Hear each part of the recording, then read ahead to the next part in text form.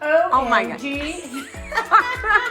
It's a breath work that actually triggers an expanded state of awareness. I really wish part of the healing included donuts.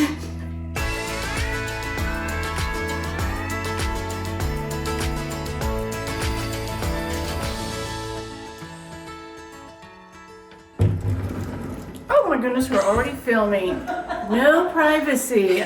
You know, there's some things called boundaries, and it might be a good idea to understand if I'm in the bathroom, okay? But No privacy around here.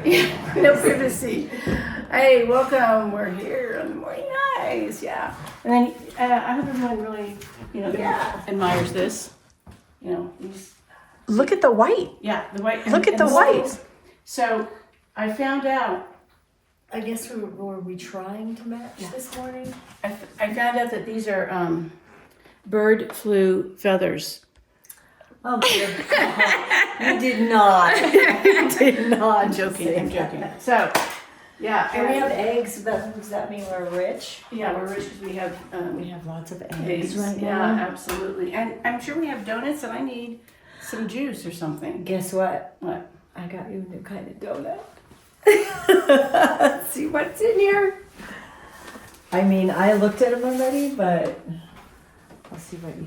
Okay. Wait, is this a new brand? Parlor you know. donuts. It's all American, so you know. I get them. I just try to DoorDash because we don't have a lot of time, so I try to DoorDash All right. I want to see. where the So we'll veggie- see how you like this. All right. Yeah, it has the seal has been broken. Oh my God. OMG. Yeah, we are going on a cleanse after this. These they look like they're handmade or something. I don't know if they're handmade. Oh, I'm sure they're probably handmade, but Those look really good. Ooh. I mean, Ooh. I'm not sure what to think. They go with my feathers. They're fancy. Is that what you're telling me? Yeah, they're fancy. All right. Enough about. Would you want to play? You're going to cut into them, aren't you? Well, we're going to talk about healing, right? Different ways to heal because. Well, we're going through a lot. I guess we can share what we're going through, and maybe that'll tell people why we're doing this. Yes. And Which sugar pile are you going to cut into? I don't know which one looks. I don't know. I Tasty. think that's a blueberry. Blueberry. Maple. Maple. Well, maple's kind of like morning, right? It's got like alcohol. It's what is it? Bourbon. Maple bourbon. Ooh. Then we take a nap afterwards. Elizabeth's making faces. You can't see her, but she's going. Does this have anything inside? I don't know if they have any. I don't cinnamon. remember. All right. Well, let's try these two. I think take a little piece of both of them. We watched a documentary about how to heal the body, and it's obvious I'm a lot older than Dana, and I can feel my body, and I do have some health issues that I'm trying to heal from. And not that we're going to go on a 40-day cleanse, and that's a cap. 21-day water cleanse. Yeah. No. But what we're Not going that to do extreme. is, and we've done this before, you reset, you reboot your body so your inner healer can work. And in our program Solutions, it's all about healing. Everything we do is about healing our past, the traumas, healing our grief. And donuts are certainly a great way to begin the healing process. So this weekend, This is a cronut. I had A minor meltdown. a minor meltdown. Yeah, I had some stuff come up, and part of that is to bring up. We all have stuff that people use the word trigger. Things trigger us. We don't even know why they trigger us, and then we kind of lose control. And hey, don't close that, or just temporarily, right? Do you want me to cut all of them? Are you going to eat them all today? So it's always that reflection of, what's still in us, what are we carrying? And one of the things that we talk about often, and, peel to heal, that onion layer, all those onion layers. So we're peeling to heal. And so when those things come up, it gives us an opportunity to go, okay, well, there's more there to dig into, and there's more to kind of reflect on. And I think you're talking over my thing here.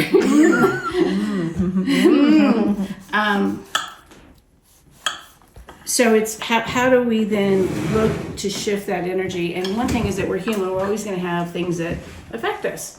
And what we think is important is how do you have it turn it around quickly so you don't carry that energy for days, you know? And so it was basically like a 12-hour Fit fest. Dana got to take a big piece of it as I went through this process. And then the next day I go to see my dermatologist and I'm on this medication that they're asking me these questions like, are you having blurred vision? Are you having some mood issues? I'm like, yes, all the way down the thing. So they go, maybe we need to back off a little bit here. So I'm going to blame it all on the medicine. I'm not going to blame it on anything else, no. But it's always a reminder that we're in a constant state of looking for ways to heal. We're looking at ways for seeing our past and not letting it control us. Hence, this is our last week of donuts. So we can reboot. Before our... But both of us go through it. And one of the things that we want to remind people is one of the tools is when one of the individuals is going through something, the other person can start being defensive. You know, they can start defending. What do you mean? What do you mean? And what we do is we call holding space. How do you hold space for the person that's going through it? Because it's not the right way. The right way. Not going through, it's not about you when I was going through that, even though I took it out on you. She just kept saying, I'm holding space. Where are you holding space? So it's learning that language, which we think is a really great modality for healing, is when you're in a relationship with someone and you're having these things come up, is how do you be there for the other person? And that's not always easy to do. One of the things that came up through all this is when we get out of alignment, when you feel like things are coming on you and you can't handle the stress that you normally handle and things like that, is to pedal back. Like, what is it that's causing us to do that? And how do we calm ourselves down so we can use the tools that we have or do that introspection to dig in a little bit and figure out what we need. And so sometimes we don't know what we need, so we have to figure out what to do. And of course we have I think I'll come sit next to you. Okay. We have a lot of different tools, and what I was sharing here for a second is you got certified in breathwork, which is like 450 hours or something like that. Oh yeah, well over. Yeah. Do you want to explain what breathwork does, if those that are not familiar with it? So the modality that I am certified in and that we use as part of our program it's a style of holotropic. It's not holotropic, but it's called neurodynamic breathwork, which is I'm able to do it in person and online. So the people who created neurodynamic actually are trained in holotropic. So it's very, very similar. It's the over breathing. It's a breath work that actually triggers an expanded state of awareness, which is similar to a psychedelic experience. It goes to the same part of your brain. And so you're able to process things that have happened, process emotions, let things come up and out. You're able to release stored trauma. We store trauma in our body, in our flesh, in our cells. Not only our psyche, but we store it in our body. And this breath work allows you to bring that up and out and process it. Since you brought up breath work and how psilocybins are very similar how they work, do you want to describe a little bit more in detail, like what the brain does and why there's a similarity to the two? Sure. Let me gather my thoughts on that. I wasn't prepared for that question. I thought you were psychic. No. I try to be, but I'm not as psychic as you. So how does that, because we talk about the brain all the time. Yeah, we do.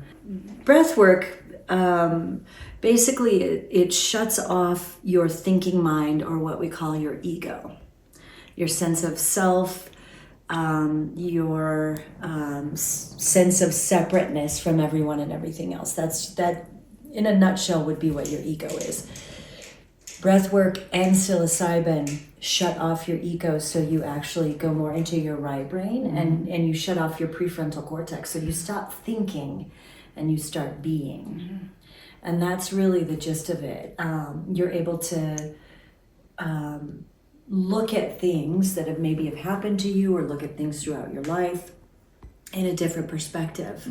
And you're able to shift those things that you may be carrying that might be hurting you or hurting your psyche. You're able to shift them and look at them differently by connecting with your inner healer, and by connecting with your higher self. And so here in Colorado, psilocybin is decriminalized. And what is psilocybin for those who don't know? Psilocybin is also magic mushrooms. So it is a plant medicine. It is a plant medicine. So when we talk about an apothecary, or we talk about essential oils, or we talk about, these are plant. Even cacao. Cacao, yeah. Food is medicine. Food is medicine. Yeah. Community is medicine.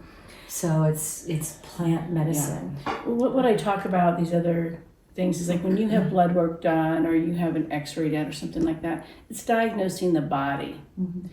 These other things that we're doing are diagnosing your soul. And we don't diagnose our soul. And so we don't know what to dig into, or what to heal, or what's causing our anxiety unless we can dig into it. So these healing things help us get into our soul and get out of our ego, trying to fight or flight or freeze, those kind of things, into our right brain to get that inner healing. So that's what these things are for. You and I believe that all of this is to help heal the soul. But the fun part is it's the healing part of it, but there's also that expansion part where you get to see some, like me in some of my sessions seeing past lives. In some of my breathwork sessions, you get to experience these expanded states. And for some people, they get to see their loved ones, or there's just so many different layers, because our ego likes to control. It likes to be in fear. It likes to have all the negative things. And our right brain is our connection to the universe, and that's what helps heal our soul. That's part of the inner healer. And the more that we can get that muscle to work, the more that we can be more intuitive. We can hear from our guides. We can hear from our loved ones. And so all of these things help us with our soul. The breathwork too has really powerful music, and music can be very healing for people too. It takes you into places, it vibrates into your body, and by those vibrations help. Yeah, that's kind of how I started on that path, though, is through sound therapy, learning sound therapy. Over the pandemic, I decided, I want to take some classes, and sound therapy was one of them. So, and what I think too is important. Anxiety. When we have all those things, we can't hear our guides. We can't hear our loved ones. And so we go into that left brain and we hit the panic button, and it's almost like that hyperventilation in the sense of anxiety, and we are feeling like we can't control it. And our goal is, these things are going to come up, but what do you do to get through it faster, and then dig into why that happened, and why that occurred. Where it's where in your timeline that has occurred, so you can actually really look at it and heal. And then what's the apothecary for those that are unfamiliar with that too? Herbs and brews and witchy things. Yeah. I mean, really, it's nature. It's like we drink tea, dandelion tea, to cleanse our liver. It's things like that. It's recipes. Hibiscus for your heart rate, to lower your heart rate and your blood pressure. To believe that women used to use all these things and were. So this is just plants. I mean, this is like Native American, Wiccan, whatever you want to call it, but it's just plants to heal your body. Yeah, Mother Earth provided all these things for us. And it provided all these things for us to make delicious donuts for pleasure. Or with sugar. We just believe that all these modalities can be added to whatever other things that people are doing in their life. In our solution program, we have people dig in. We call the archaeologists are digging for the wounds, right? And we're wanting to bring them up. And a lot of times we don't realize the things in our past, and we believe in past lifetimes, so we can include that into it as well. Yeah. So you bring all those things up to now, and it starts coming up, and you're wanting to cleanse it, just like we Right. want to cleanse our body, you want to cleanse your soul. And it's recognizing there's the body and there's the soul, and how our body reacts is to our soul. So the more that you dig into your soul and realize what's there, you can use these other things to help you navigate what's going on and what the fears are, or the old wounds, or anything that's happened in your past. And we sometimes think it was really small, but it builds. Things build, and then something happens, and you're like what I was just what that brought up for me was during a breathwork session, I actually had a past life come in during a breathwork session a few months back, and I was a jaguar warrior in Aztec culture. I could see and feel myself dancing around a fire on a vision quest. And processing the emotions around that, in a breathwork session, combined with the emotions from this lifetime is interesting. But yeah, and you could feel your emotions. Like I was out there. I think I probably had taken whatever their brew of the time was. I don't know if it was mushrooms or what it was, or something. Yeah. But I was out on a vision quest and kind of dancing around a fire, but I was a jaguar warrior. So just interesting how those things come in for healing. It is. And of course, my favorite thing is all the interpretation, the integration, because you get all these symbols of things, and we get to interpret them for people to be able to continue to move forward and heal those things and see those things. And I think our society has said it's not, you can't have a lot of emotion, and so that's why there's a lot of pharmaceuticals. We don't have a problem with pharmaceuticals, so that's not a judgment there, as we're eating donuts. But we're going to need it's probably the same as some pharmaceuticals. But what happens is we try to mask all the suffering that we've had in the past, instead of bringing it up for it to heal. And it's okay. It's finding a safe place for that healing to come up and then find those tools. What we believe is that when we look at that situation and we can dig into it, you can find where to heal that and find all these tools to be able to move forward and not be in that state of chaos for days or carry it for years. Or sometimes you hear a story and someone has the same story for years and they haven't done the healing. And there's nothing wrong with identifying and talking about those things, and even talk therapy. But there's a point where do you heal it? We don't like it. It shouldn't be your identity, your story of, You don't want to talk about it for 80 years. You want to actually heal it. Heal your psyche, heal your body. And our belief system is we come here to heal our suffering. We come here to figure all this stuff out, and we carry it from lifetimes.